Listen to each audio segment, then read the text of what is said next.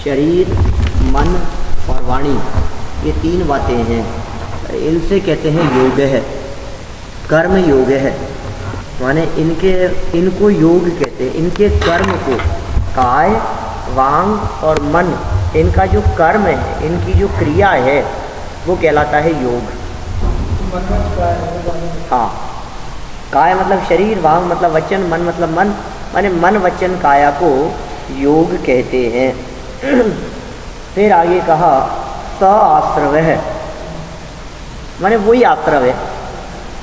शरीर मन वाणी की जो क्रिया हुई वह वही आश्रव है, आश्रव और कुछ नहीं है। योगों की चंचलता को आश्रव कहते हैं, कर्मों के आने को आश्रव कहते हैं। तो कर्म कैसे आते हैं?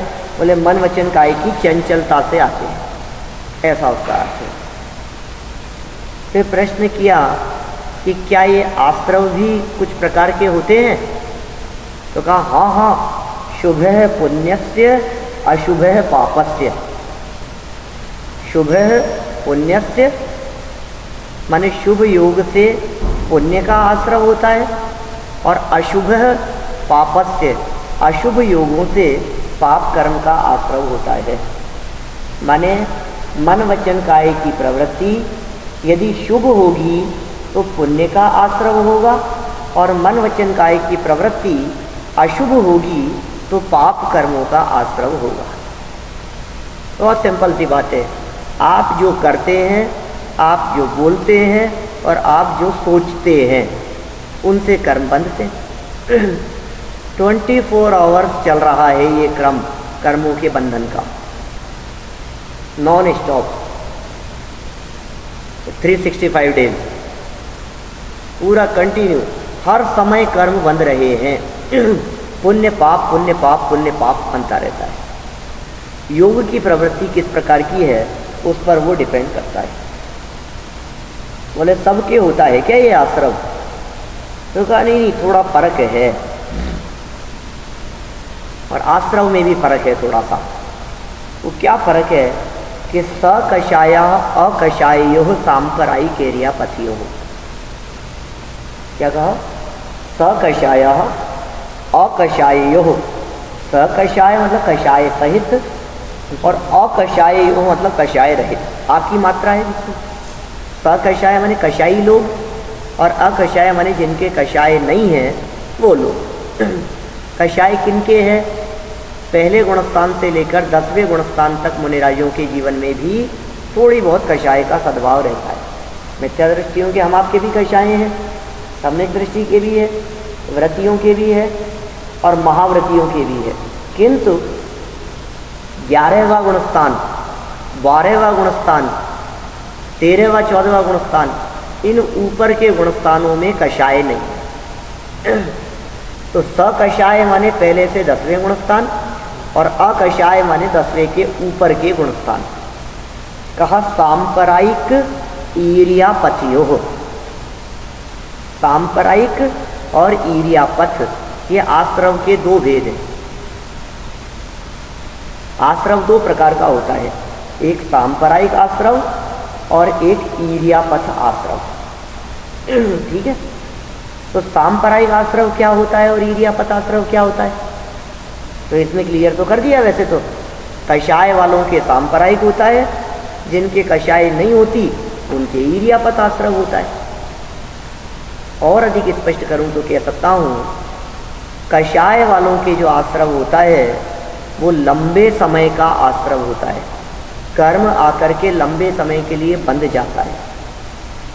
और जिनके कषाएं नहीं होती उनके भी आश्रव तो है, जिसे शास्त्रों में ईर्यापथ नाम दिया गया। ये कैसा है? ये ऐसा है, कर्म आए और छू करके छूट गए, बस इतना सा, ऐसा आश्रव होता है ईर्यापथ आश्रव। इसके लिए एग्जाम्पल दिए जाते हैं दोनों के लिए। एक दीवार है, वो दीवार पर यदि चिकनाई है, धूल फेंकी, अब वो चिकनी दीवार के ऊपर मिट्टी चिपक जाएगी, ये कहलाएगा सांप्रदायिक आश्रम। चिपक गई मिट्टी। ऐसे ही कषायों की चिकनाई यदि आत्मा में है तो कर्म रज आकर के चिपक जाती है, ये सांप्रदायिक आश्रम। और दूसरी ये सूखी दीवार, उस पर धूल फेंकी तो टच होकर के नीचे गिर जाती है, ऐसा होता है ईर्यापत आश्रव। आत्मा में कषायों की चिकनाई नहीं है जिनके, उन लोगों के जो आश्रव है वो ईर्यापथ आश्रव है। अरहंत भगवान के भी होता है आश्रव।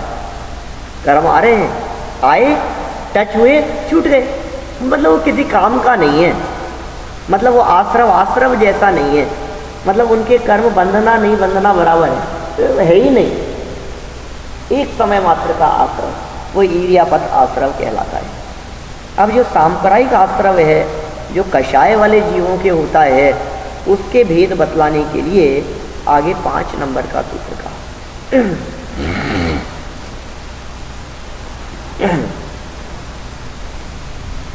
ये जो ईर्यापथ आश्रव का था ना, ये ईर्यापथ आश्रव 11वें 12वें और 13वें गुणस्थान में है, 14वें गुणस्थान में नहीं। 14वां गुणस्थान का काल बहुत अल्प है, उस समय किंचित भी आश्रव नहीं है, अभाव हो जाता है। अब देखिए आप 5 नंबर, इंद्रिय कषाया वृत क्रिया पंच चतुर पंच पंचविंशति संख्या पूर्वस्य भेदा। क्या? इंद्रिय कषाय अव्रत क्रिया, इतने शब्द दिए इन्होंने। कितने शब्द दे दिए? एक शब्द दिया इंद्रिय, एक शब्द दिया कषाय, एक शब्द दिया अव्रत, एक शब्द दिया क्रिया। कितने शब्द हो गए? इंद्रिय कषाय अव्रत और क्रिया।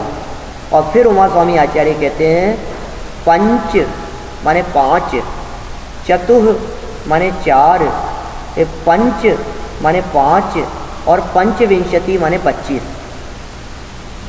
संख्या पूर्वस्य भेदा, ये सब इनके क्रम से भेद हैं। कुल मिलाकर के सांप्रदायिक आश्रम के यहाँ 39 भेद बतला दिए गए हैं। 5 इंद्रियाँ, 4 कषाय, 5 अव्रत और 25 क्रियाएं। पूर्वस्य भेदा, पूर्वस्य मतलब पहले वाले के, पहले वाला मतलब सांप्रदायिक आश्रम।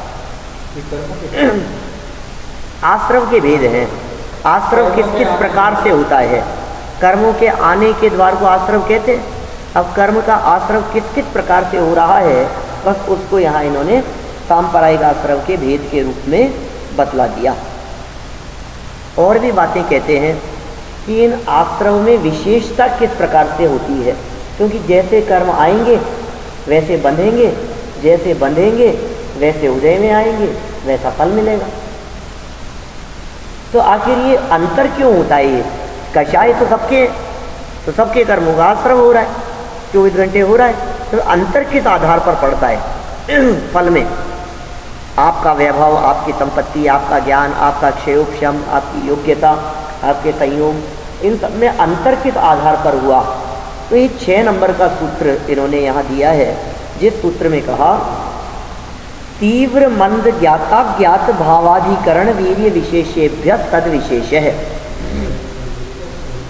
तो ये तीव्र मंद ज्ञात अज्ञात भाव, माने तीव्र भाव से, मंद भाव से, ज्ञात भाव से, अज्ञात भाव से और अधिकरण और वीर्य, इनसे विशेषेभ्य तद विशेष है। आश्रव में विशेषता बढ़ती है। कितने प्रकार से विशेषता बतला दी? आपके भावों में जैसा उतार चढ़ाव होगा उसके अनुसार आश्रव में भी उतार चढ़ाव होगा। आपके तीव्र भाव हैं या मंद भाव हैं, ज्ञात भाव हैं या अज्ञात भाव है। ज्ञात अज्ञात भाव का मतलब किसी काम को बुद्धिपूर्वक जान करके किया है या कोई काम अबुद्धिपूर्वक किया गया है। फर्क पड़ता है कर्म आश्रव में।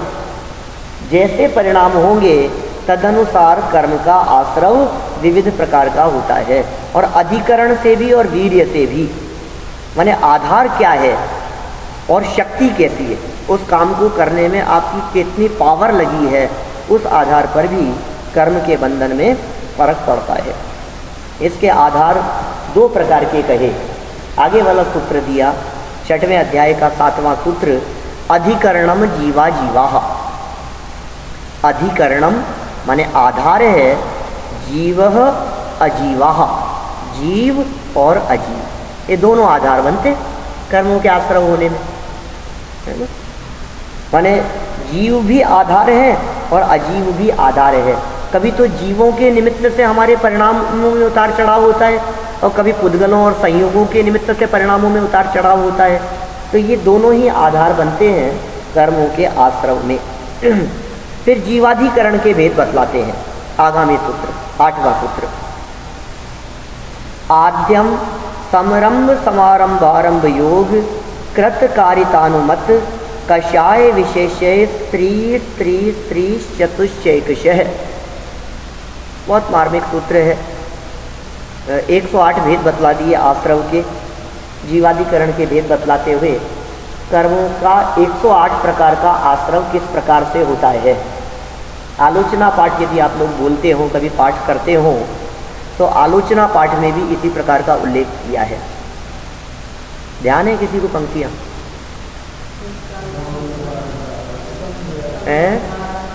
कहाँ से शुरू होता है?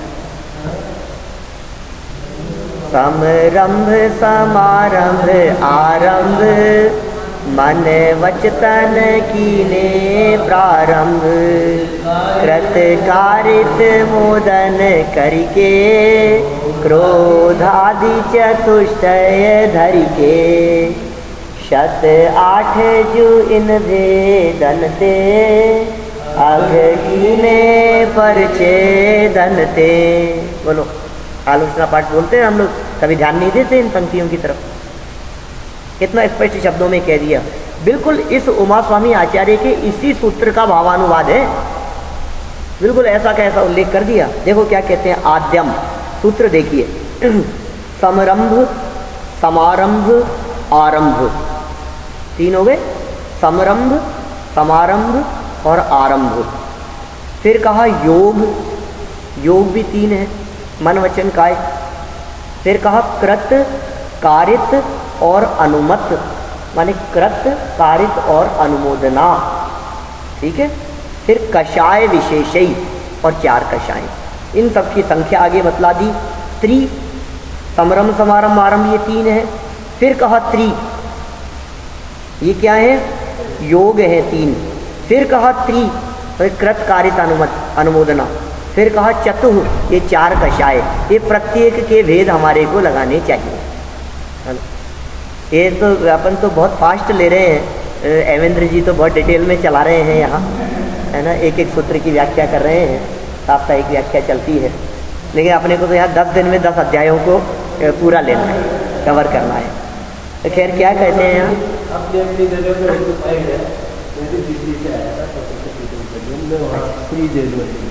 अच्छा अच्छा, हाँ वो अभी नहीं है, बहुत बढ़िया था। मैं जयपुर सूत्र बहुत अच्छा है, टीकमचंद जी साहब दिल्ली से।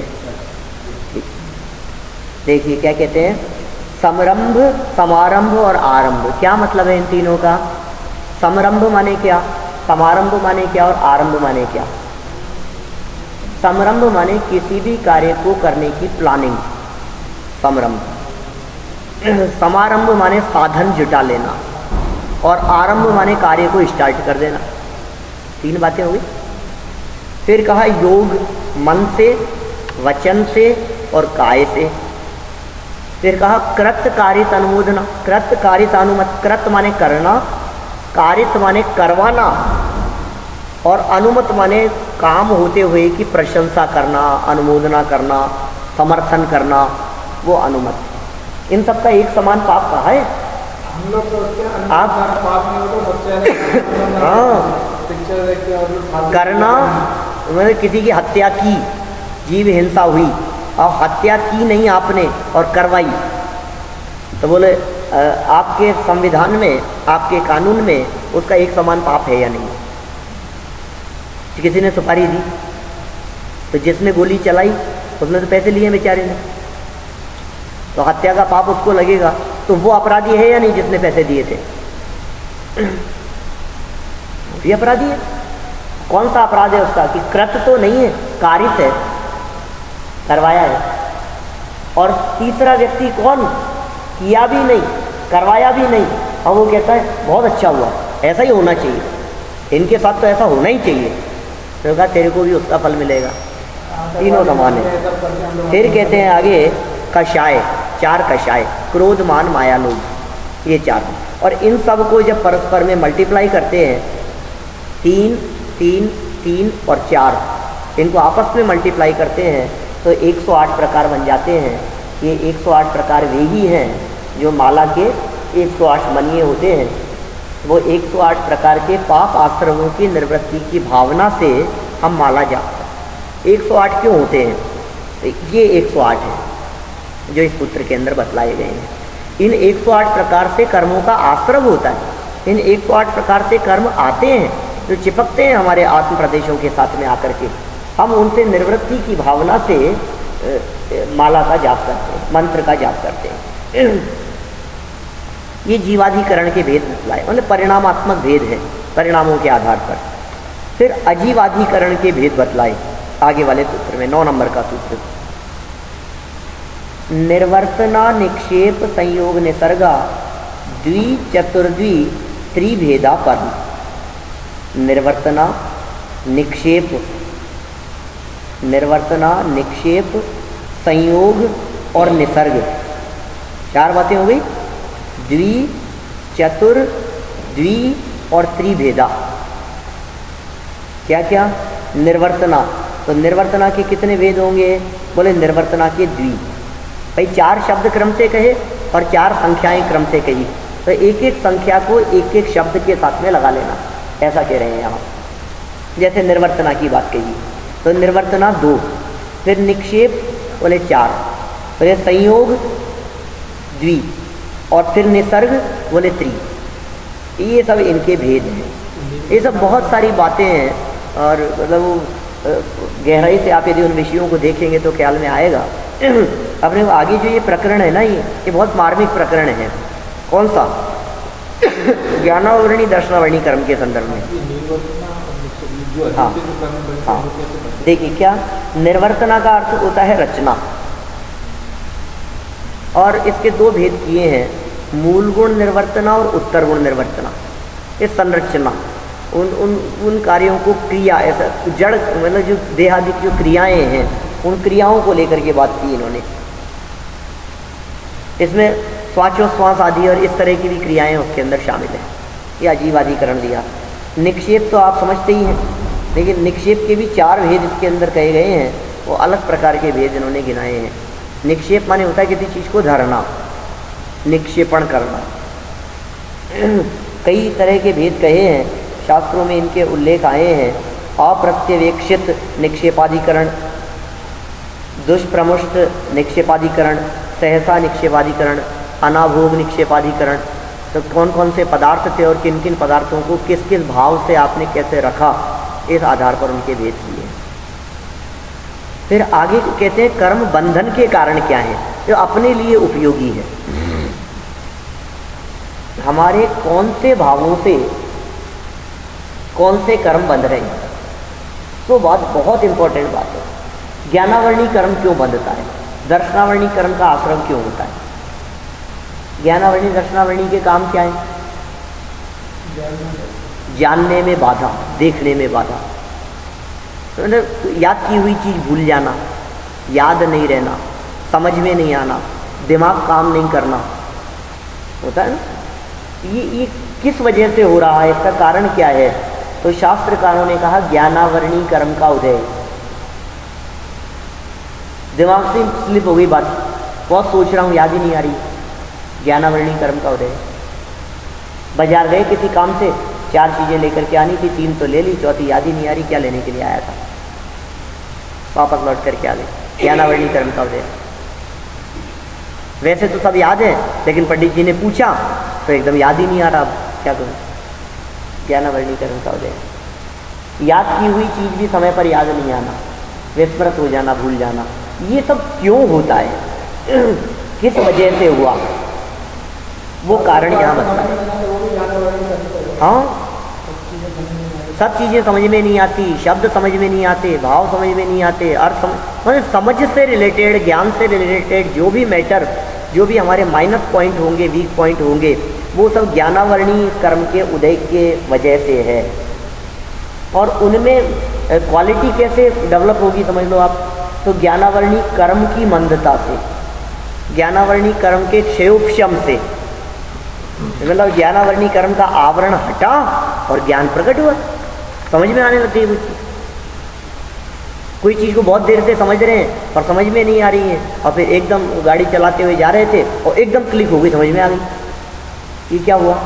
तो वहाँ ज्ञानावरणी कर्म का तीव्र उदय था, तब तक नहीं समझ में आ रही थी, ज्ञानावरणी कर्म का क्षयोपशम हुआ तो समझ में आ गई। अब पहले तो ये समझ में आए कि ये बंधा क्यों था, ऐसी प्रॉब्लम्स क्यों हुई थी हमारे साथ में, तो इन्होंने उसके कारण बतलाए हैं यहाँ पर।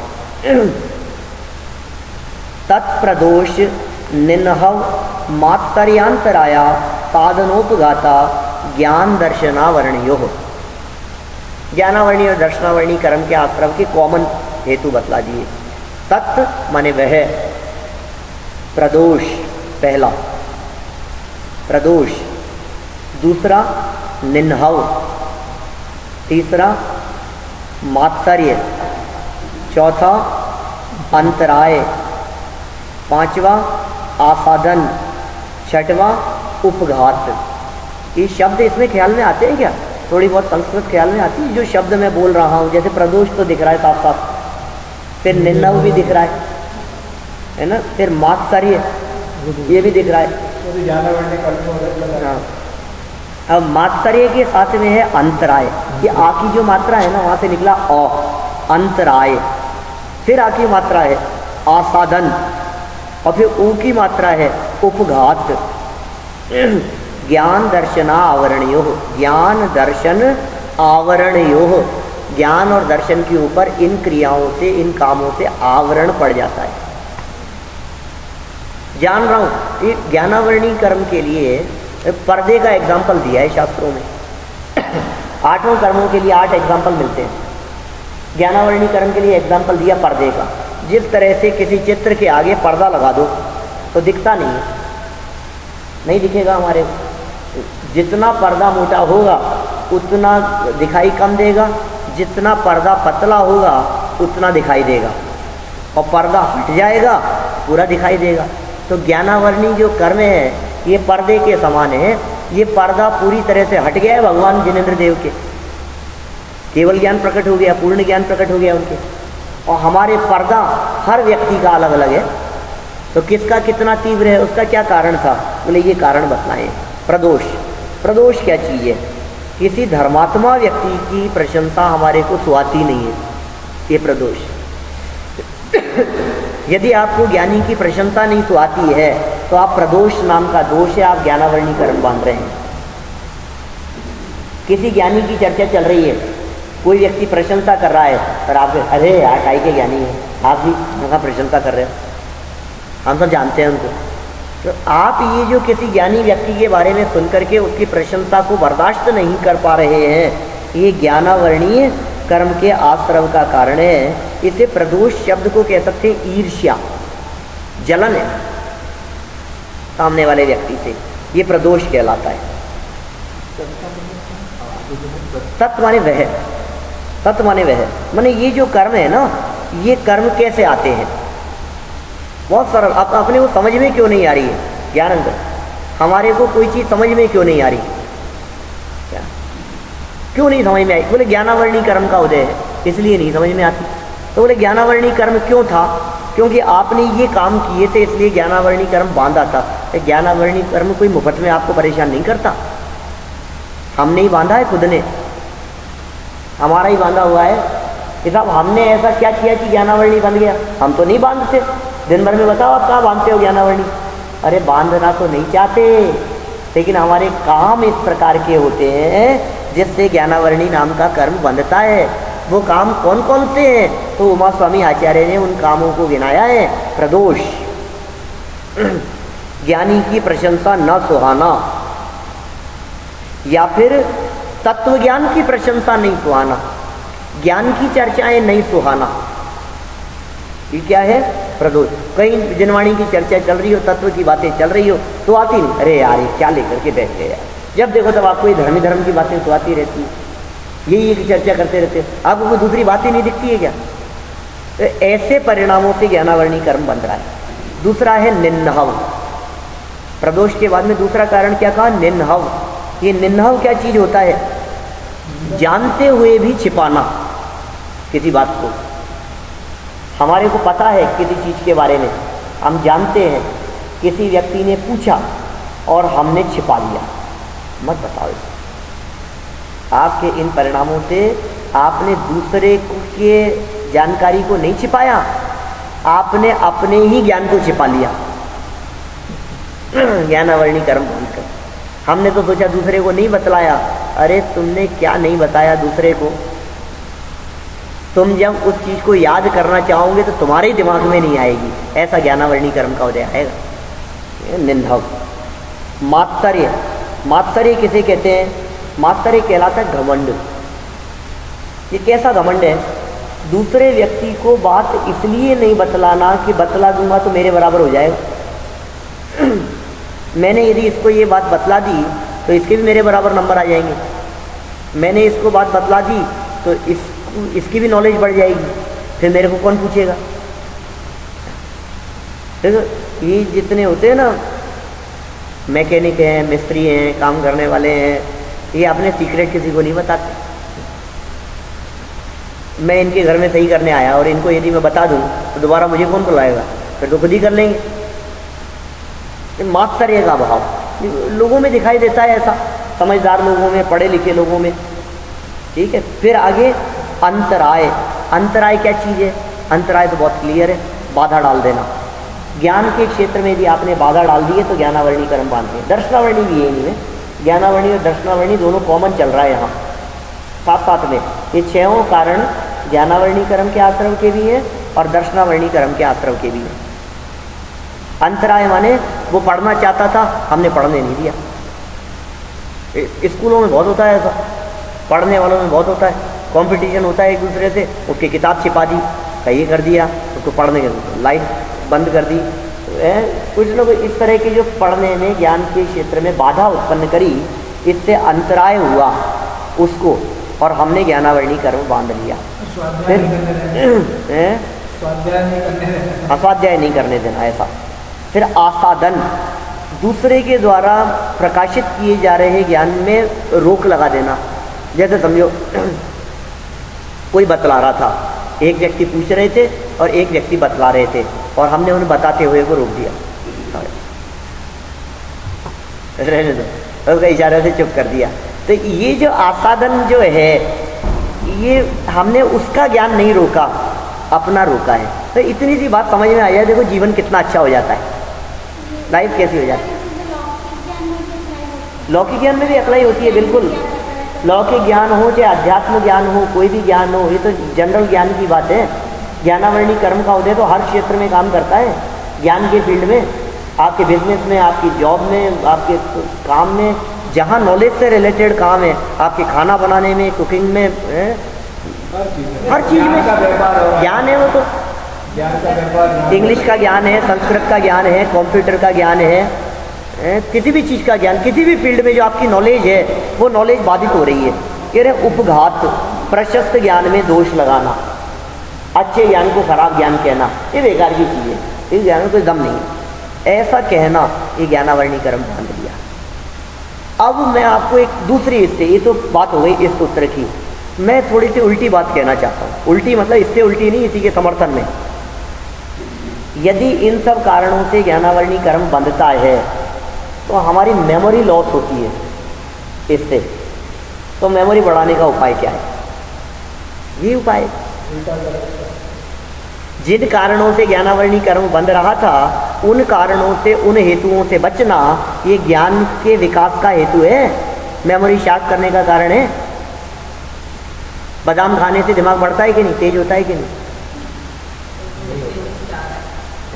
बादाम खाने से दिमाग बढ़ता है? नहीं बढ़ता उससे, क्योंकि ज्ञानावरणी कर्म के उदय से ज्ञान मंद हुआ है। और ज्ञानावरणी कर्म क्यों था? क्योंकि आपने ज्ञानी की निंदा की थी, ज्ञान प्राप्ति के साधनों में बाधा पहुंचाई थी, ज्ञान की विराधना की थी, ज्ञान को आगे बढ़ने नहीं दिया था, इसलिए आपने ज्ञानावरणी कर्म बांधा था।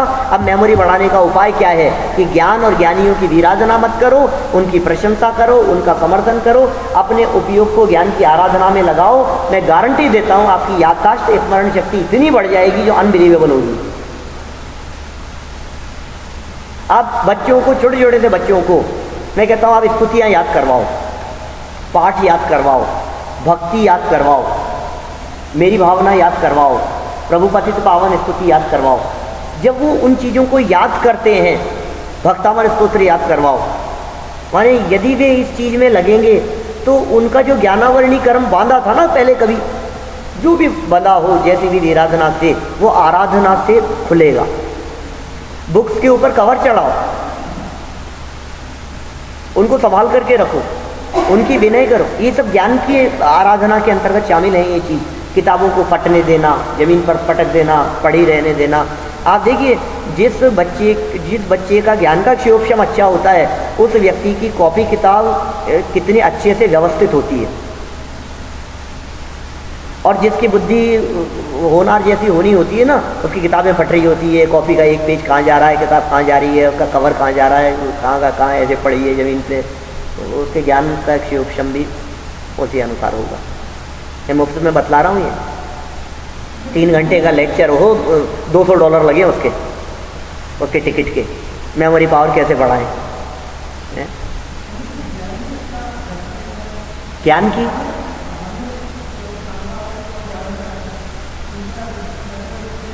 एवरीथिंग नॉलेज का नाम ज्ञान है। किसी भी फील्ड की नॉलेज हो वो ज्ञान है। हमारे अब्दुल कलाम साहब थे, राष्ट्रपति, अभी स्वर्गवास हुआ, और बहुत ज्ञानी व्यक्ति थे। उनका ज्ञान का क्षयोक्षम बहुत ज़बरदस्त था। उनकी स्पीच, हम लाखों हज़ारों स्टूडेंट्स ऐसे हैं जो उनके दीवाने हैं। तो उनके स्टेटमेंट, उनके कोटेशन, वाक्य माने ऐसे हैं जो स्वर्ण अक्षरों पर लिखाने जैसे दिखते हैं। इतने गजब बुद्धिमान, ब्रिलियंट व्यक्ति। तो वो कैसे ज्ञान की आराधना करते थे, ज्ञान के क्षेत्र में लगे रहते थे। किसी भी फील्ड में हो, डॉक्टर का ज्ञान हो सकता है, इंजीनियर का ज्ञान हो, अरे बुद्धि तो है ना, ज्ञान माने बुद्धि। तो बुद्धि का विकास कैसे हो और बुद्धि डंप कैसे हो, तो ये सब काम इसके लिए बतलाए गए, ज्ञानावरणी दर्शनावरणी कर्म के हेतु। चलिए अधिक समय नहीं लेंगे, अपन आगे बढ़ते हैं। असाता दर्शनावरणी कर्म क्या है? सामान्य अवलोकन में बाधा, देखने में बाधा। दर्शन माने देखने से रिलेटेड। अब इसी तरह से किसी को देखने नहीं दिया, दर्शन नहीं करने दिए, मंदिर नहीं आने दिया, दर्शन में बाधा उत्पन्न कर दी, तो वो मंदिर जा रहा था, हमने कहा यार क्या करेगा, रहने दे, तो आपने अपने लिए दर्शनावरणी कर्म बांध लिया।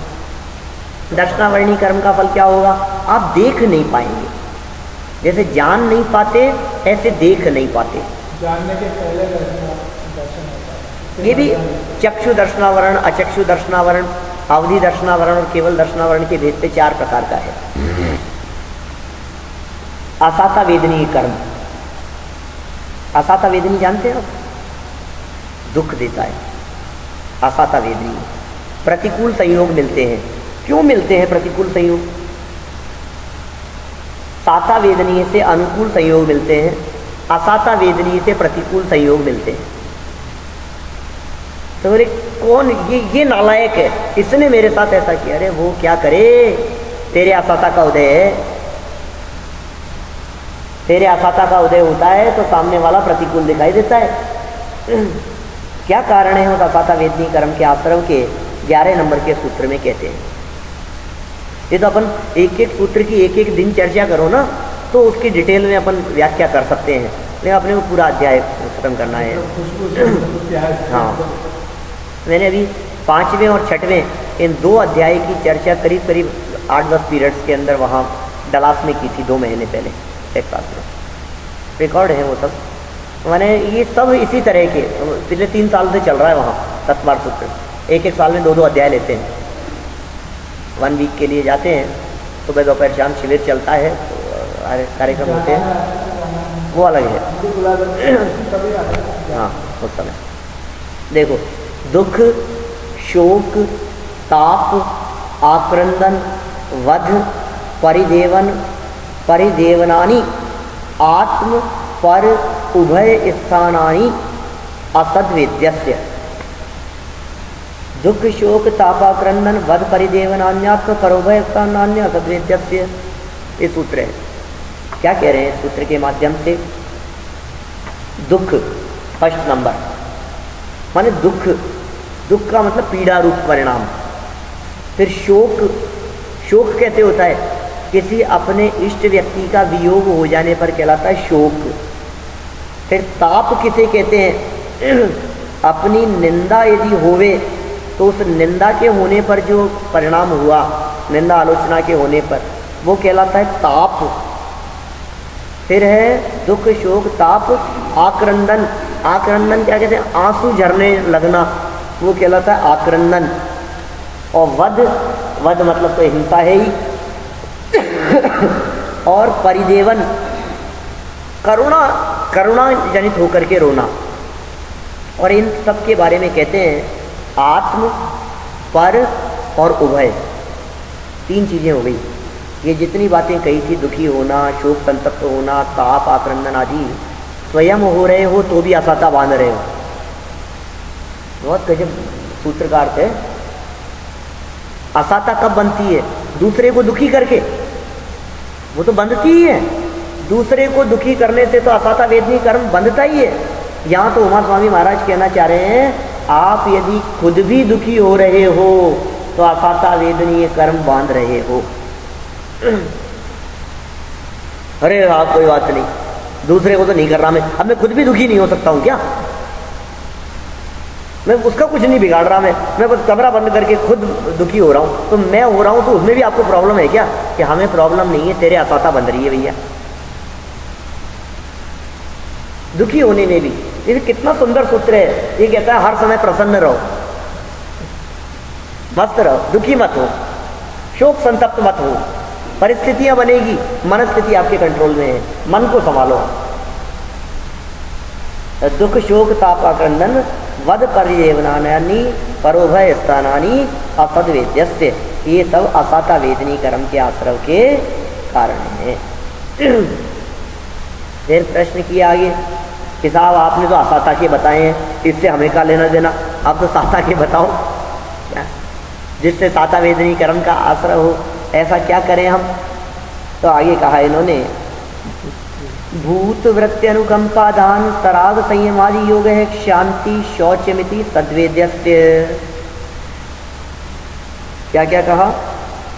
भूत वृत्ति अनुकंपा, भूत वृत्ति अनुकंपा, फिर दान, फिर तराग संयम आदि, फिर योग है शांति और शौचम इति सद्वेद्यस्य। ये सब साता वेदनी कर्म के आश्रय के कारण है। शांति, शांति, शय, शांति, शांत रहना। शौच, शौच मतलब लोभ नहीं होना, निर्लोभी वृत्ति। और भूत वृत्ति अनुकंपा, भूतों के प्रति और वृत्तियों के प्रति। भूत किसे कहते हैं? भूत शब्द का प्रयोग किया जाता है जीवों के लिए, प्राणियों के लिए। जो प्राणधारी हैं वे सब भूत कहलाते हैं। और वृत्ति मतलब ज्ञानी त्यागी वृत्ति लोग, तो मतलब प्राणियों के प्रति और संयमी जीवों के प्रति अनुकंपा, करुणा का भाव हो, दान, उन्हें कुछ देना परोपकार की भावना से, तो कह रहे हैं साता वेदनी कर्म का असर होगा। और सराग संयम, राग सहित संयम भी, संयम अंगीकार किया आपने, तो वास्तविक संयम तो अपने उपयोग को अपने में केंद्रित करना है। शाम को करेंगे अपन उत्तम संयम धर्म की चर्चा करते समय आज। तो वास्तविक संयम तो उपयोग को संयमित करके अपने में लगाना, उसका नाम है संयम। ठीक है। और उसके होने पर जो पंचेंद्रिय भोग और विषयों से निवृत्ति हुई वो भी संयम कहलाता है। तो सराग संयम, और फिर क्या कह रहे हैं? संयम आदि योग है मन वचन काया की अच्छी प्रवृत्तियाँ, शौच और शांति ये सब सातावेदनी कर्म के आश्रव के कारण है। आगे का तो बहुत मार्मिक सूत्र है। शौच मतलब लोभ, लोभ का अभाव, मतलब निर्मलता, पवित्रता, पवित्र परिणाम है। शौच माने पवित्रता होता है, तो पवित्र परिणामों से सातावेदनी कर्म का आश्रय। फिर प्रश्न, इतना मार्मिक सूत्र है ये, कौन से नंबर का सूत्र है? 13 नंबर का, 6वें अध्याय का 13वां नंबर का सूत्र। दर्शन मोहनी कर्म का आश्रय क्यों होता है? दर्शन मोहनी कर्म क्यों बनता है? तो केवली श्रुत संग धर्म देवावर्णवादो दर्शन मोहस्य। सूत्र क्या दिया? केवली श्रुत संग धर्म देवावर्णवादो दर्शन मोहस्य। दर्शन मोहस्य माने दर्शन मोहनीय के। ये क्या दर्शन मोहनीय के? तो ये कह रहे हैं आश्रव का कारण। ये क्या है दर्शन मोहनी के आश्रव का कारण? तो कह कि इनका अवर्णवाद। किन किन का? केवली का अवर्णवाद। लास्ट शब्द है दर्शन मोहस्य के पहले शब्द है अवर्णवादो। अवर्णवाद, अवर्णवाद माने अपमान, अवर्णवाद माने निंदा, आलोचना, योग्य सम्मान नहीं होना, विराधना होना, ये सब अवर्णवाद कहलाता है। इससे दर्शन मोहनी कर्म बनता है। दर्शन मोहनी का मतलब है मिथ्यात्व। दर्शन मोहनी का मतलब है अनंत संसार का कारण। दर्शन मोहनी का कारण है जन्म मरण में रगड़ता रहेगा संसार में। किस वजह से? कि इन सब का अपमान हुआ ना, हमारी वाणी से, हमारे आचरण से, हमारे व्यवहार से, तो दर्शन मोहनी कर्म का बंधन होता है। क्या क्या कहे? केवली दर्शनावर्णी कर्म अलग है। दर्शनावर्णी तो देखने में बाधा उत्पन्न करता है। दर्शन मोहनी कर्म तो श्रद्धा से संबंध रखता है। ये मोहनी कर्म का भेद है। दर्शन मोहनी में श्रद्धा विचलित, आपकी श्रद्धा में दोष है। और दर्शनावर्णी कर्म तो नॉर्मल है, आवरण की वजह से नहीं जान देख पा रहा है, वो दर्शनावर्णी कर्म के भेद है। 9 भेद है दर्शनावर्णी कर्म के, वो भी सब आएंगे आगे, लेकिन आएंगे 8वें में, परसों 8वें अध्याय में आएंगे। सब कर्मों के भेद प्रभेद गिनाएंगे वहाँ। अभी कह रहे हैं केवली। केवली मतलब भगवान, श्रुत मतलब शास्त्र, संग मतलब मुनि आर्य का श्रावक श्राविका या ऋषि मुनि यति अनगार, चतुर्वेद संग, धर्म वीतराग स्वरूप धर्म, और देव, इतनी बातें कही है। इन सब के अवर्णवाद से दर्शन मोहनी कर्म का आश्रय होता है। कितना वर्णन कर सकते हैं अपन, कितनी चर्चा कर पाएंगे अभी अपन, देखते हैं जितनी भी हो पाएगी। वैसे तो स्वतंत्र व्याख्यान की अपेक्षा रखता है ये एक ही सूत्र।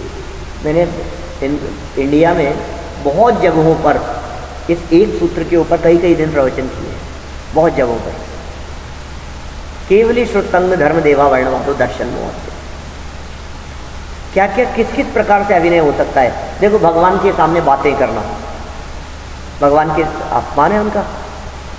मैं कहता हूँ आज किसी बड़े, आपका बॉस हो, ऑफिसर है, आप उसके सामने इधर उधर बातें नहीं कर सकते। यहाँ तक कि आप उसके सामने खड़े होकर के बात करते हैं, फ़ोन भी बजता है तो आप साइलेंट कर देते हैं। कितना रेस्पेक्ट करते हैं। वो सामने आकर के खड़ा हो, आपसे बात कर रहा हो, तो आप सीट पे बैठे नहीं रह सकते। तो ये 3 लोग के नाथ हैं भाई, इनके प्रति हमारी किस प्रकार की भावना होनी चाहिए।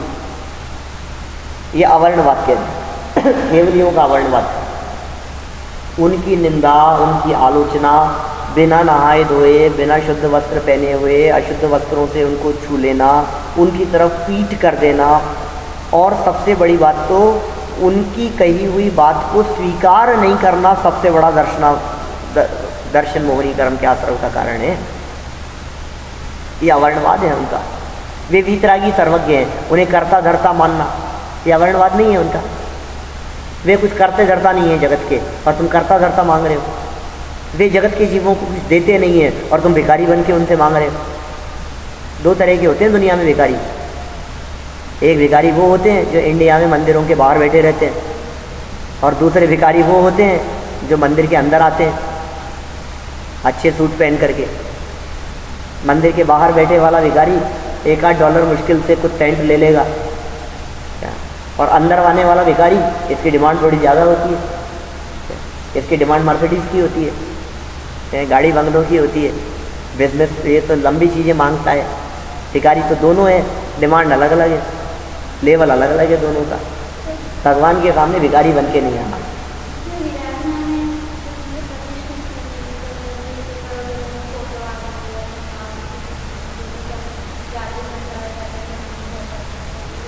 Be alert, be careful, be careful. क्या करें, लगता है दोष तो नहीं लगता है। जितना बच सके, जितना संभव हो सके इस विराधना से, उतना बचने की चेष्टा करें। मैं तो कहता हूँ 100% बचें, लेकिन अब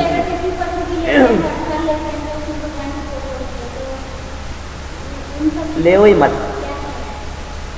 कैलेंडर्स वगैरह जिनमें भगवान की फ़ोटोएँ होती है, ये होती है। आजकल तो हम लोग तो एक अभियान चला रखा था हमने वहाँ जयपुर में, इस तरह का कि तीर्थंकरों की, भगवानों की, मुनिराजों की फोटोग्राफ इन पोस्टरों में, आमंत्रण पत्रिकाओं में मत छापो। क्या होता है उनका, पैरों में जाती है, अवर्णवाद हो रहा है उनका। चलिए खैर, बहुत लंबे विषय हैं, बहुत चर्चा के विषय हैं। क्या करूँगा, डिलीट करूँगे उनको और क्या होगा। श्रुत का अवर्णवाद, शास्त्र का, झूठे मुंह बोलना, झूठे हाथ लगा दिए, जनवाणी का विनय नहीं किया, है ना। ये अविनय, जनवाणी की बात नहीं मानना भी बहुत बड़े अविनय है जनवाणी की। अरे क्या होता है शास्त्रवाद, बेकार की बातें हैं सब, शास्त्रों की बातें, अवर्णवाद है। ऐसे ही संघ का अवर्णवाद, मुनिराजों वगैरह का, धर्म का अवर्णवाद, देव का अवर्णवाद, वस्तु के स्वभाव को धर्म के, देव के अवर्णवाद के अंतर्गत पूज्यपाद स्वामी ने सरवार सिद्धि के अंदर कुछ अलग प्रकार की बातें कही है। क्योंकि वैसे तो केवली में देव आ ही गए, तो फिर दोबारा देव क्यों दिए। तो उन्होंने वहाँ ऐसा कहा कि जो देव शब्द का प्रयोग किया है, ये देव शब्द का प्रयोग चतुर निकाय के देवों के अर्थ में, भवनवासी व्यंत ज्योतिषी देवों के अर्थ में, ठीक है। वैमानिक देव, ये चारों प्रकार के देवों के बारे में बोले। इनका भी अवर्णवाद यदि होवे, विराधना होवे, तो वो भी समझिए आप दर्शन मोहनी कर्म के आश्रम का कारण है। बोले इनकी विराधना कैसे, इनकी विराधना मतलब जो काम ये नहीं करते उन काम का करता इनको कहना और मानना।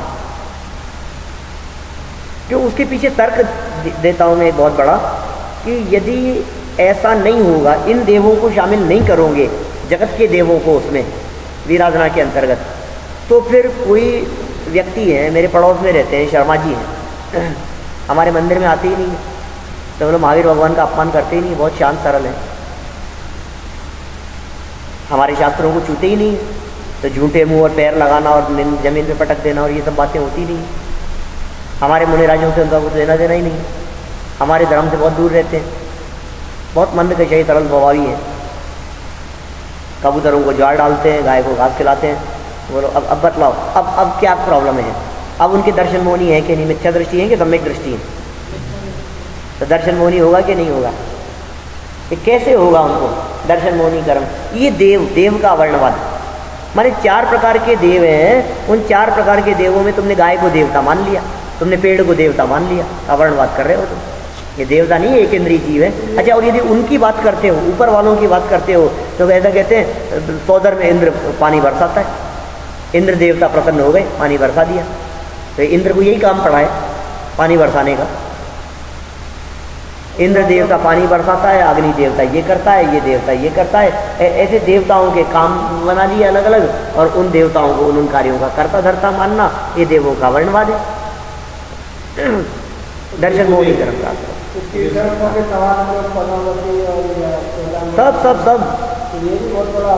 अवर्णवाद है भाई साहब। कपड़े लत्ते आदि पहने हुए को भगवान मानना, ये बहुत बड़ा पाप है। ये पाप नहीं, पाप का बाप है, ये महापाप है। आपने वस्त्राभूषण कपड़े लत्ते पहने हुए यदि उनमें भगवान की कल्पना की है, मेरे से कहते हैं बहुत सारे लोग, इधर पंडित जी आप तो ऐसा भेदभाव करते हो, ऐसा क्यों करते हो, ताकि सबको बराबर हाथ जोड़। भैया नहीं जोड़ सकते हम। पहले बतलाओ हाथ किसके आगे जोड़ते हो और क्यों जोड़ते हो। मेरा सीधा सा एक तर्क है, मेरा मस्तक मेरे आदर्श के आगे झुकता है। आपका आदर्श कौन? संयम, वीतरागता। कपड़े पहने हुए राजा ऋषभदेव मेरे आदर्श नहीं है, भगवान ऋषभदेव मेरे आदर्श हैं। जब तक वे राज सिंहासन पर बैठे हुए थे तब तक मैं पूजा नहीं करता उनकी। मुझे राजा थोड़ी ना बनना है, मुझे तो भगवान बनना है। जब उन्होंने राजपाट छोड़ दिया, जब उन्होंने घर गृहस्थी छोड़ दी, जब वे दिगंबर मुद्राधारी हो गए, जब वे वीतरागी हो गए, तो पूज्य हो गए भाई साहब, फिर पूजने योग्य हैं। आप सोचिए थोड़ा सा गंभीरता से, हम क्यों पूज रहे हैं उनको? हम परिग्रह वालों को क्यों पूजे? परिग्रह, हमारा आदर्श परिग्रह नहीं है ना, हमारा आदर्श तो संयम है। ये मनुष्य जीवन संयम के लिए मिला है, साधना के लिए मिला है। संयम की चर्चा तो शाम को करूंगा। चलो जल्दी बांध रहे, दर्शन मोहनी करो, दर्शनावली करो, दर्शन मोहनी। चलिए और देखिए आगे बढ़ते हैं। चारित्र मोहनी कैसे बनता है? कषायोदया तीव्र परिणाम चारित्र मोहनी। कषायोदया तीव्र परिणाम चारित्र मोहस्य। कषाय के उदय से जो तीव्र परिणाम होते हैं उनसे चारित्र मोहस्य, चारित्र मोहनी कर्म का आश्रय होता है। चारित्र मोहनी मतलब होता है कषाय। ये दो तरह की हो गई कषाय। एक कषाय तो वो हो गई जो हम करते हैं, और एक कषाय वो हुई जो कर्म हमने बांधा था जिसके उदय में कषाय हुई। एक कर्म और एक भाव। तो कर्म है बंधे हुए और भाव है उस कर्म के फल मिलने पर होने वाले परिणाम, वो भाव है। क्या आ रही है बात? अब इसी चीज को और लगाओ थोड़ा सा गहराई से कि देखो घटना एक, और उस घटना के घटने पर जीवों के परिणाम अलग अलग। कि क्यों? कि अंदर में जिस कषाय का उदय आ रहा था बाहर में वैसा परिणाम हो गया। बच्चा हमारे साथ में उंगली पकड़ करके चल रहा है, रोड पर चल रहे हैं हम लोग, उंगली छोड़ी उसने और छोड़ करके आगे चलने लगा और गिर गया। अब उसके गिरने पर किसी व्यक्ति को देख करके राग भाव आता है, किसी को देख करके एकदम भय का भाव आता है, एकदम डर गया, क्या हुआ? तो जिसके अंदर में भय कषाय का उदय था उसको भय का परिणाम आता है। कुछ लड़के बाइक पे बैठे थे, वो एकदम हंसने लग गए उसको गिरते हुए देख करके, उनके अंदर में हास्य कषाय का उदय था तो हंसी का परिणाम आया। साथ में पिताजी चल रहे थे, गिर गया, नालायक देख के नहीं चलता है, एक चाटा लगाया और खींच करके और भाग आया, मजा। उनको क्रोध का परिणाम आता है, अंदर में क्रोध कषाय का उदय आता है तो उस घटना को देख करके क्रोध का भाव आता है। एक को क्रोध का भाव आता है, एक को भय का भाव आता है, एक को हास्य का भाव आता है, एक को करुणा का भाव आता है, एक को, सबको अलग अलग तरह के परिणाम होते हैं। तो घटना एक देखा आपने, अलग अलग तरह के भाव क्यों हुए? अंदर में जैसा कर्म का उदय था तदनुसार इस जीव के बाहर में उसी प्रकार के भाव होते हुए देखे जाते। तो उस तरह का कर्म हमने बांधा था। वो कर्म कैसे बांधा था? तो क्या तीव्र परिणामों से हमने बांधा था। कषाय के उदय में होने वाले तीव्र परिणामों से हमने और परिणाम बांधे। तो क्रोध, मान, माया, लोभ, चार चार प्रकार के, अनंतानुबंधी, अप्रत्ययन, प्रत्ययन, संज्वलन, और फिर हास्य, रति, अरति, शोक, भय, जुगुप्सा, त्रिवेद, पुरुषवेद, नपुंसकत्व, ये 25 कषाय, ये सब इससे बांध लिया हमने। चलो कोई बात नहीं, आगे बढ़ते हैं हम लोग। नरक का कारण क्या है? नरक में क्यों जाते हैं ये जीव? नरक आयु के आश्रम के क्या कारण है? बहुआरंभ परिग्रहत्वम नारकस्य आयुष्य है। बहुआरंभ परिग्रहत्वम, बहुत आरंभ और बहुत परिग्रह, परिग्रहत्वम, परिग्रहपना, नारकस्य आयुष्य है, नरक आयु के आश्रम का कारण है। आप लोग सोच रहे होंगे जिनके पास में खूब जमा है सब नरक में जाएंगे? जो वैभव संपन्न हैं, जिनके पास में खूब धन पैसा है, वो सब नरक में जाएंगे? बोले नहीं, ऐसा नहीं। चक्रवर्ती सम्राट जैसे भी क्या इतना परिग्रह रखने के बावजूद भी ये कह रहे हैं कि नहीं, परिग्रह ही नहीं है, परिग्रह का संबंध इससे नहीं है। 9वें दिन करेंगे आकिंचन धर्म की चर्चा शाम को। बहुत आरंभ और बहुत परिग्रह का संबंध वैसे परिणामों से है भाई साहब। बहुत आरंभ और बहुत परिग्रह रखने का भाव, संयोग और परिग्रह के प्रति आसक्ति का परिणाम, ये नरक आयु के आश्रम का कारण है। परिग्रह होना नहीं, क्योंकि परिग्रह होना हमारे हाथ में नहीं है। पुण्य के उदय से मिली है सामग्री, मैं क्या करूं उसके अंदर? बोलो, अपने यदि पुण्य का उदय है तो सामग्री खूब मिलती है। अपने पुण्य का उदय बिजनेस भी खूब दौड़ता है, मैं तो बिल्कुल माथा नहीं लगाता, लेकिन फिर भी दौड़ता है, चलता है, आती है, खूब बिजनेस बढ़ रहा है, दिन दोगुना रात चौगुना, पैसा बरस रहा है। शेयर खरीदे थे, दाम आसमान पर हैं, कोड़ियों के भाव खरीदे थे, अरबों खरबों के हो गए, मैं क्या करूँ, तो हो गया।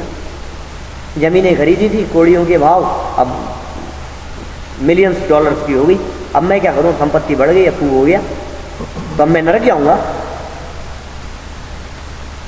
बहुत आरंभ परिग्रह रखने का और आसक्ति का जो आपका भाव है वो नरक के आश्रय का कारण।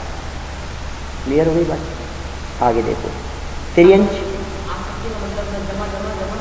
जमा जमा खर्च मत करो, देव मत, और होना चाहिए, इसमें से क्या होता है साहब? तो बहुत ये जो परिणाम आपका है ये आसक्ति का परिणाम है। त्रियंच, त्रियंच में क्यों जाता है ये जीव? त्रियंच आयु कर्म क्यों बांधता है? माया त्रियंग युग्नस्य, मायाचार के फल में त्रियंच आयु की प्राप्ति होती है। कहते हैं मायाचार का परिणाम तिरछा परिणाम है, आड़ा टेढ़ा परिणाम होता है ना मायाचार का।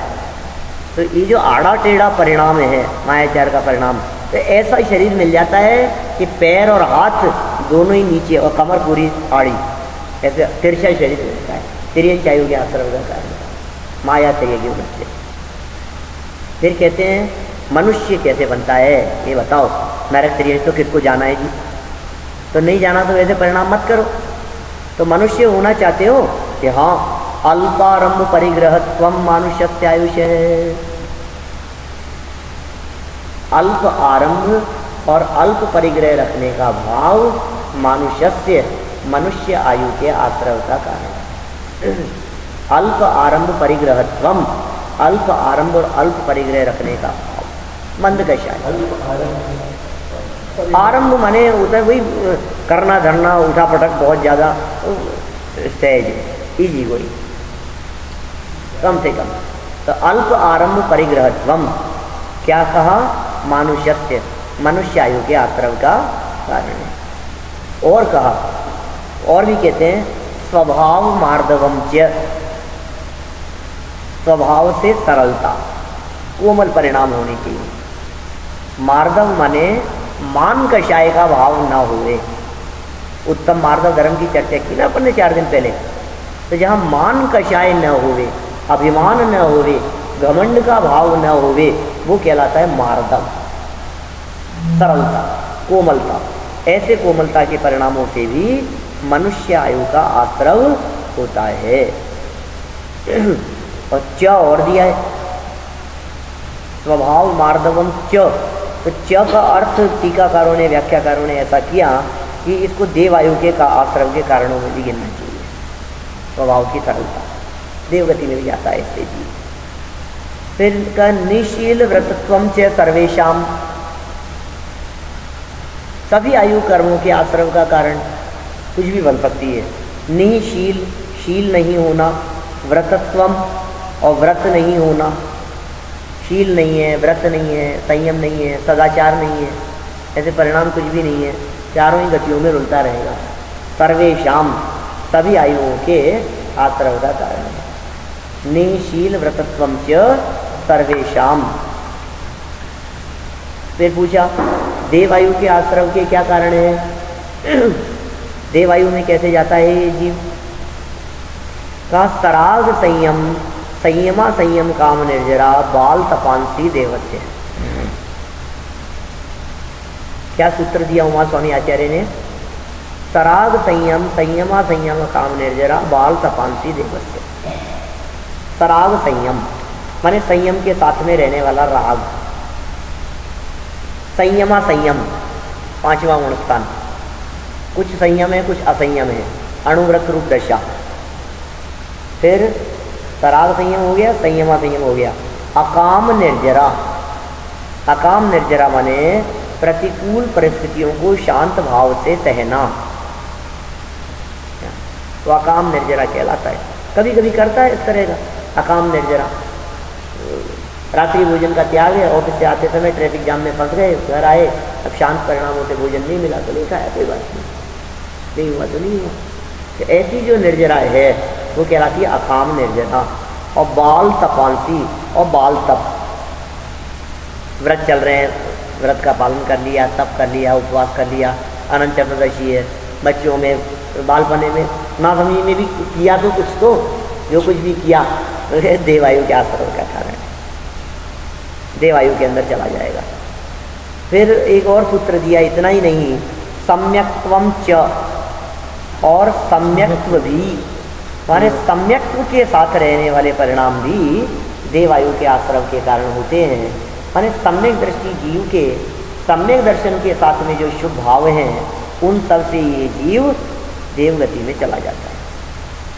सम्यक्त्वम च, देखिए ये सब कर्मों के आश्रम के जो भेद बतला रहे हैं, ये सब बातें बहुत स्थूल दृष्टि से और मोटा मोटा वाइफरेशन किया है इन्होंने, बहुत स्थूल दृष्टि से। वास्तव में तो परिणाम भी असंख्यात लोक प्रमाण है, कौन से परिणामों से कैसे कर्म का आश्रय होता है। और एक और बात, प्रत्येक समय के परिणामों से 7 कर्म का आश्रय तो होता ही रहता है आयु को छोड़कर। 7 कर्म तो हमारे 24 घंटे बन रहे हैं ना हर समय, 7 कर्म तो हमारे हर समय बन रहे हैं आयु कर्म को छोड़कर। तो फिर क्या होगा, फिर इनका क्या मतलब है? स्थिति अनुभाग समझना। प्रकृति प्रदेश बंद तो हो ही रहा है सबका, लेकिन स्थिति किसमें कितनी पड़ेगी ये डिपेंड करता है इन परिणामों के ऊपर। चलिए कौन सा बच गया? नाम बच गया, नाम और अंतराय। नाम गोत्र अंतराय भी तो 3 कर्म हैं, तो सूत्र का में देखो अभी हो जाता है। योग वक्रता विसंवादनम चा शुभस्य नामने, चा शुभस्य च अशुभस्य, चा शुभस्य माने च अशुभस्य, नामने नाम कर्म, योगों की वक्रता और विसंवाद। योग वक्रता विसंवादनम, योगों की वक्रता, योग क्या मन वचन का है, इनकी वक्रता कुटिलता, इनसे क्या होता है? अशुभस्य नामने है, अशुभ नामकरण का असर होता है। ये नामकरण क्या काम करता है? शरीर संरचना। नामकरण से शरीर मिलता है। नामकरण के लिए शास्त्रकारों ने एग्जाम्पल दिए चित्रकार का, 8 कर्मों के लिए 8 एग्जाम्पल दिए। ज्ञानावर्णी कर्म के लिए एग्जाम्पल दिया पर्दे का, दर्शनावर्णी कर्म के लिए एग्जाम्पल दिया द्वारपाल का, चौकीदार, दर्शन नहीं जाने नहीं देता, राजा से मिलने नहीं देता, दरवाजे पर खड़ा है, नहीं अभी नहीं बाद में आना, रोक देता है, द्वारपाल दर्शनावर्णी कर्म की एग्जाम्पल है। मोहनी कर्म के लिए उदाहरण दिया शराबी का, शराब के नशे में कुछ का कुछ समझता है। ऐसे ही मोहनी कर्म के कारण क्या होता है? श्रद्धा विचलित होती है, भगवान का स्वरूप नहीं समझता, देवगुरु धर्म का स्वरूप नहीं समझता, कुछ की कुछ मान्यता रखता है, कहता क्या है समझता क्या है, मोहनी कर्म। फिर ज्ञानावर्णी दर्शनावर्णी है, मोहनी है। अंतराय, अंतराय आगे आएगा। अंतराय कर्म के लिए एग्जाम्पल दिए खजांची का, बाधा डालना। अंतराय कर्म क्या होता है? अंतर आए, गैप डाल दिया, वो अंतराय कर्म है। तो आपने किसी व्यक्ति का काम होने वाला था और आपने उसके काम में टांग अड़ा दी। खजांची क्या काम करता है? कैशियर। सेठ जी ने कहा कि यार वो आए मांगने चंदा लेने के लिए, एक काम करो दे दो, $2000 दे दो, $2100 दे दो। अरे सेठ जी क्या करूँगी इतना दे करके, 1100 में चल जाएगा काम, सब लोगों ने इतने इतने दिए। अच्छा ठीक है चल 1100 दे दे। समझे क्या किया उसने? वो तो सोचता है मैंने तो सेठ जी का पैसा बचाया, अच्छा काम किया। मैंने अच्छा काम नहीं किया, तूने काम जो हो रहा था उसमें बाधा लगा दी। किसी को लाभ मिल रहा था उसके लाभ में तूने टांग अड़ा दी, ऐसा अंतराय कर्म। एग्जाम्पल क्या दिया उसके लिए? खजांची। वेदनीय कर्म, वेदनीय कर्म के लिए एग्जाम्पल दिया है शहद लिपटी हुई तलवार का। ऐसा एग्जाम्पल दिया है शास्त्रकारों ने। वो एक शहद लिपटी हुई तलवार व्यक्ति जीभ से चखता है, क्या मिठास लिपटी हुई, चाशनी लिपटी हुई, तो क्या होता है उससे? जीभ भी कटती है और मिठास का वेदन भी होता है, मैंने अच्छा भी और बुरा भी। तो वेदनीय कर्म ऐसा है जो साता वेदनीय अनुकूलताएं दिलाता है और असाता वेदनीय प्रतिकूलता दिलाता है। वेदनीय के बाद आयु कर्म। आयु कर्म कैसा? लकड़ी के यंत्र का एग्जाम्पल दिया। पुराने ज़माने के एग्जाम्पल है सब। जंगल में पशुओं को पकड़ने के लिए, किसी को कैद करने के लिए लकड़ी के कुछ ऐसे यंत्र होते थे। पैर रखा और वो लकड़ी का फट बंद हो जाता था, तो पैर उसका जाम हो गया, पकड़ लिया उसको। जैसे आयु कर्म क्या करता है? कोई जीव आया और जितनी आयु है उतने समय के लिए वो व्यक्ति उसमें कैद हो गया, उतने समय के लिए उसका जीवन उसी प्रकार का चलेगा। आयु कर्म। गोत्र कर्म के लिए एग्जाम्पल दिया है कुम्हार का। कुंभकार छोटे बड़े बर्तन बनाता है, तो कभी उच्च कुल की प्राप्ति, कभी नीच कुल की प्राप्ति, ये गोत्र कर्म। और नामकर्म के लिए एग्जाम्पल दिया, बहुत सुंदर एग्जाम्पल है नामकर्म का, इसलिए ये नाम के भरोसे सारे बतलाने में आ गए मेरे। नामकर्म के लिए चित्रकार का एग्जाम्पल दिया। एक चित्रकार ने एक चित्र बना लिया, अब उससे कहो ये चित्र बहुत सुंदर बना है, ऐसा का ऐसा चित्र दोबारा दूसरा बना दे। तो वो पेंटर जब दोबारा चित्र बनाता है तो हूबहू नहीं बनता, उसके अंदर कुछ ना कुछ अंतर आए बिना नहीं रहता। ऐसा चित्रकार का एग्जाम्पल दिया। कहने का अभिप्राय ये है, हम सबके नाम कर्म का उदय है, हम सबके मनुष्य आयु नाम कर्म का उदय है। सबके 2 आंखें हैं, 2 कान हैं, नाक है, मुंह है, चेहरा है, हाथ पाँव है, लेकिन सबका चेहरा अलग अलग है, सबका बॉडी स्ट्रक्चर अलग अलग है, जबकि है उसी जगह पर। नाक बिल्कुल 2 आंखों के बीच में नहीं है, मुंह इसी जगह पर है, कान बिल्कुल इसी जगह पर है, सबके जगह वही है, लेकिन फिर भी सबका फेस अलग अलग है। जब नाम कर्म की संरचना है अलग अलग, नाम कर्म से शरीर मिलता है, शरीर संरचना होती है।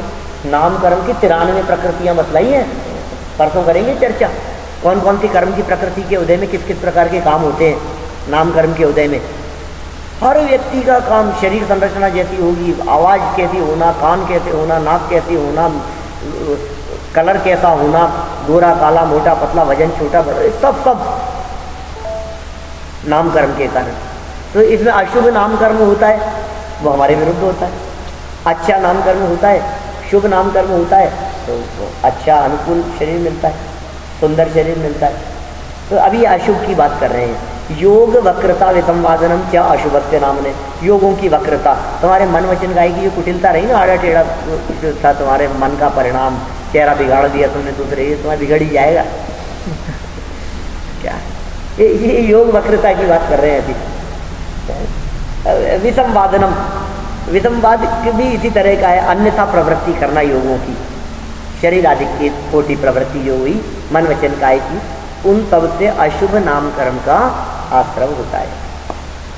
बोले शुभ नाम कर्म के तद विपरीतम शुभस्य, इसके जो विपरीत परिणाम है वो शुभस्य, वो शुभ कर्म के आश्रम का कारण। बराबर, मैंने योगों की सरलता समझ लो, मन वचन काय की सरलता समझ लो, सहजता समझ लो, सिंपल रहते हैं, सामान्य मुस्कुराते रहते हैं, देहादिक से शरीर आदिक से जो हमारे कार्य होते हैं वो अच्छे कार्य होते हैं, सेवा के कार्य होते हैं, परोपकार के कार्य होते हैं। मन वचन काय की जो प्रवृत्तियां हैं तो अच्छी है, तो शुभ नाम कर्म का आश्रम होगा, और यदि अच्छी नहीं थी तो अशुभ नाम कर्म का आश्रम होता था। ये हो गया नाम कर्म। अच्छा, नाम कर्म की एक प्रकृति स्पेशल दी इन्होंने, तीर्थंकर कर्म प्रकृति। नाम कर्म की 93 प्रकृतियों में एक प्रकृति है तीर्थंकर नाम कर्म। क्या ये स्पेशल है? जिस कर्म प्रकृति के उदय से तीर्थंकरत्व पन्ना होता है, वो है तीर्थंकर नाम कर्म। 24 नंबर का सूत्र है, 16 कारण भावनाओं के नाम बतलाए हैं और उमा स्वामी आचार्य कहना चाहते हैं 16 कारण भावनाओं के परिणामों से तीर्थंकर कर्म का आश्रम होता है। तीर्थंकर कर्म प्रकृति बनती है, तीर्थंकर नाम कर्म का उदय आता है उन जीवों के जो 16 कारण भावनाओं को भाते हैं। 16 कारण पर्व चल रहे हैं अपने,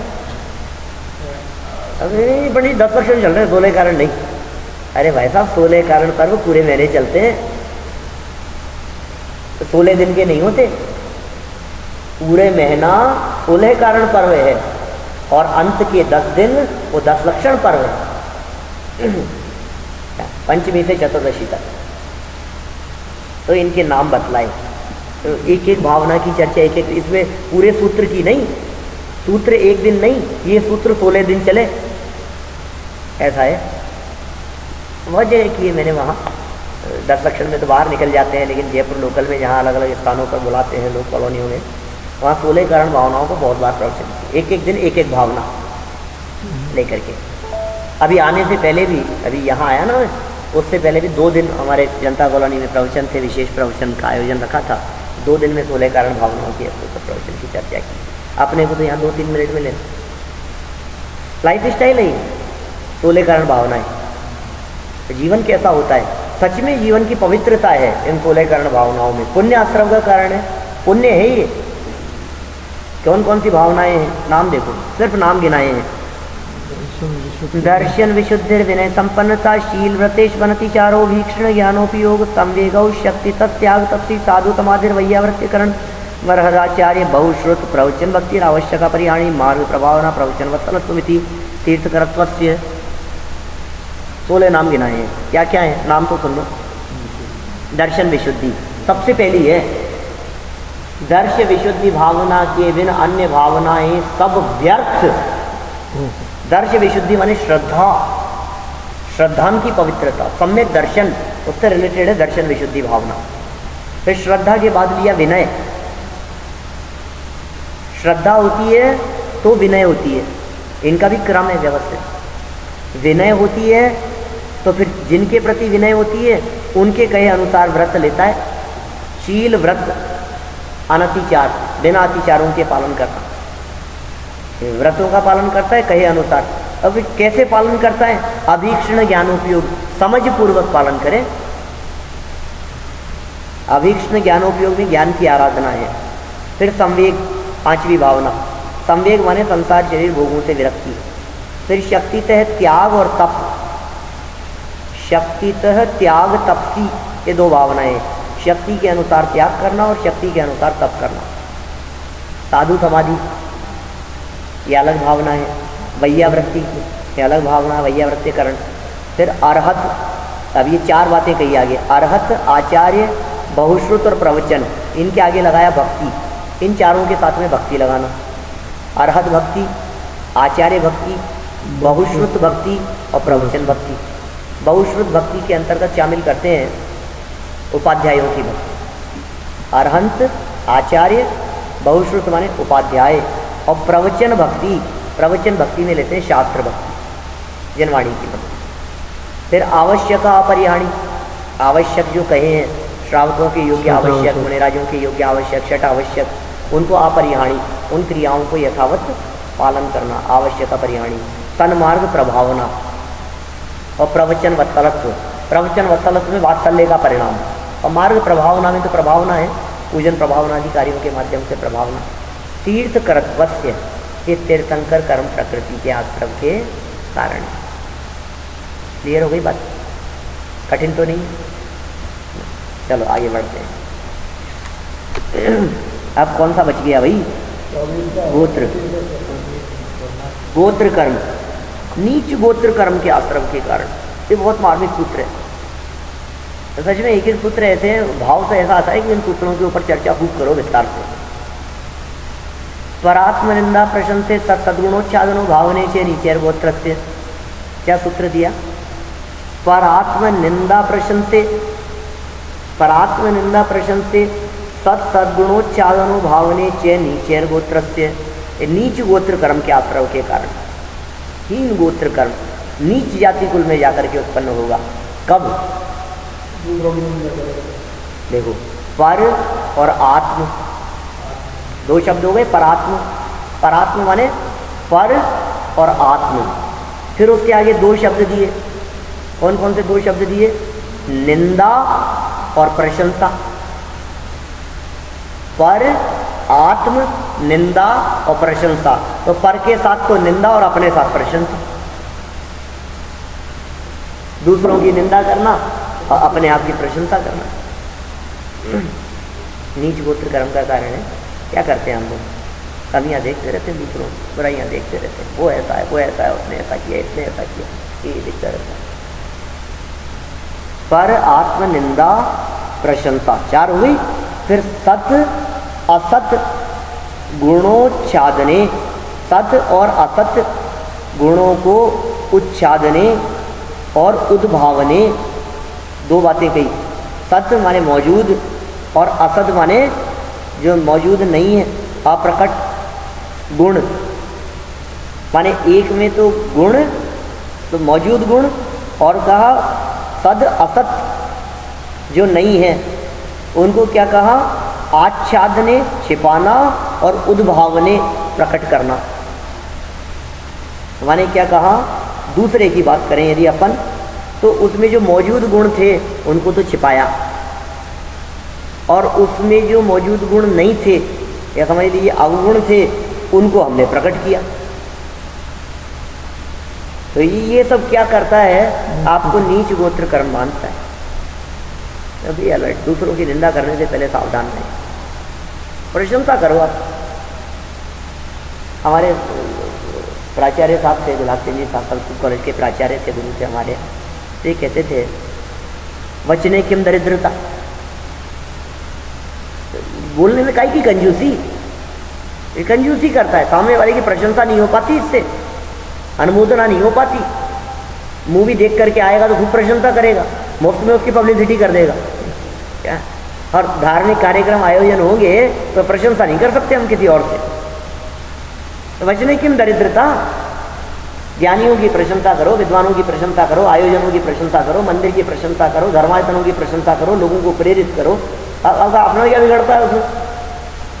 उसको बोलने में, कहने में अपना क्या बिगड़ता है? बोलो, आप उसकी निंदा करके अरे यार कुछ नहीं है, अरे यार क्या है, बेकार है, और अपने आप के प्रश्न मैंने बताया, तो यह तो नीच गोत्र बांध रहा है। चलो उल्टा चलो, इसके आगे उच्च गोत्र कर्म। 3 जाति को लादे की उत्तम होना। हाँ 2 मिनट और है, बस इतना ही समय है अपने पास में। तद्विपर्य हो, तत् माने वह, उससे, विपर्य हो उससे विपरीत। नीचैर वृत्त्यनुत्तेकौ च उत्तरस्य, च माने और, उत्तरस्य माने दूसरे। उत्तर एक तो वो बतला है पहले वाला नीच गोत्र, अब उत्तरस्य कह करके कहना चाह रहे हैं उच्च गोत्र, दूसरे गोत्र कर्म का कारण। तद विपर्यो, उस नीच गोत्र कर्म से विपरीत। नीचैर वृत्ति, उससे विपरीत। अब एक तो उससे विपरीत के अंदर क्या क्या ले लेना? पर की प्रशंसा और आत्मनिंदा, दूसरों के गुणों की प्रशंसा करना, अपने अवगुणों को बढ़ा करके कहना, अपने गुणों अवगुणों को बतलाना, अपने गुणों को छिपाना, ये सब उससे विपरीत हो गया। और नीचैर वृत्ति, नीचे मतलब नम्र वृत्ति, झुकी हुई। नीचैर वृत्ति अनुत्सेको, अनुत्सेको मतलब उत्सेक कहते हैं घमंड, और अनुत्सेको माने मद का अभाव, घमंड नहीं होना, विनम्र परिणाम रखना, इनसे क्या होता है? उच्च गोत्र कर्म का असर होता है। अब अंतिम अंतराय कर्म बहुत सुंदर है। विघ्न करणम अंतरायस्य, शिष्य ने पूछा कि साहब एक और बच गया, वो और बतलाओ तो फटाफट। तो क्या कहा? विघ्न करणम अंतरायस्य, विघ्न करना, बाधा करना, ये अंतराय कर्म के आश्रम का कारण है। आपने दूसरे के लिए बाधा की, आपने अपने लिए बाधक कर्म बांध लिया। दूसरे के जिस काम में आपने बाधा पहुंचाई, आपने अपने काम में बाधा के लिए ऐसा कर्म बांध लिया, आपका काम अटकेगा। 5 प्रकार के भेद कहे हैं शास्त्रों में। दान, लाभ, भोग, उपभोग, वीर्य। दान देने में बाधा, लाभ में बाधा, भोगने में बाधा, उपभोग में बाधा, वीर्य शक्ति में बाधा। किसी भी काम में कोई खा रहा है, खाने नहीं देना, अरे नहीं ज़्यादा नहीं, बस एक ही लड्डू लेना, ज़्यादा नहीं बस। तो आपने उसके खाने में जो बाधा पहुँचाई ना, अंतराय पहुँचाया ना, आपके ऐसा अंतराय कर्म बनेगा कि आप खाना चाहेंगे तो खा नहीं पाएंगे। भोगांतराय, उपभोगांतराय। गलत काम को तो रोकना ही चाहिए, वो उसका उपकार की भावना है, ठीक है ना। लेकिन लाभ, भोग, उपभोग आदि के अंदर यदि हमने बाधा पहुंचाई है तो हमारे भी लाभ, भोग, उपभोग आदि के अंदर बाधा पड़ती है। काम होता हुआ अटक जाता है, लाभ मिलने वाला था, प्रॉफिट होने वाला था, बस सौदा फाइनल होने वाला है, और क्या हुआ, अटक गया काम। ये क्यों अटक गया? अंतरायकरण का उदय। अरे उसने अटकाया होगा, वो नालायक है, उसने टांग अड़ा दी होगी बीच में, उसने ऐसा। अरे दुनिया में किसी का दोष नहीं है, दोष तेरे अंतराय कर्म का उदय है। ये सब कर्म प्रकृतियों की चर्चाएं, कर्माश्रमों की चर्चाएं हमारे को ये बात बतलाने के लिए है कि आप दुनिया की तरफ मत देखो, आप दूसरों की तरफ मत देखो, आप अपने आप की तरफ देखो। गलती किसी और की नहीं है, गलती अपने ही द्वारा किए गए पूर्वकृत पाप कर्म के उदय की है। किसी दूसरे के द्वारा विघ्न करने से विघ्न नहीं होता, अपने ही पूर्व में अंतराय कर्म के उदय से विघ्न बाधाएं उत्पन्न होती है। तो इस तरह से ये कर्मों की चर्चा की है। कर्मों के संदर्भ में फिर और प्रश्न करने लगा शिष्य, तो उन्होंने कहा बस शेष चर्चा कल करेंगे। इति तत्वार्थादिगमे मोक्ष शास्त्रे षष्ठोध्याय है। इस तरह यहाँ अपना ये 6वां अध्याय आज संपन्न हुआ। शेष चर्चा 7वें अध्याय की कल यथा। जय रोमा स्वामी आचार्य की। 7वें अध्याय में पुण्याश्रमों की चर्चा है, व्रतों की चर्चा, अणुव्रतों की चर्चा है, महाव्रतों की चर्चा है, व्रतों में भी उनके अतिचारों की चर्चा है, किस किस तरह के अतिचार लग जाते हैं। व्रतों की भावनाओं की चर्चा है, कोई व्रत कोई अंगीकार करना चाहता है तो उसकी भावना भाते समय उसके किस तरह के परिणाम होने चाहिए, वो सब चर्चाएं कल के साथ में। क्या आश्रम का ही है ये जो अंतराय कर्म में मानो पहले किसी को डायबिटीज है और आप चीज खाने को मना कर रहे हैं तो नहीं।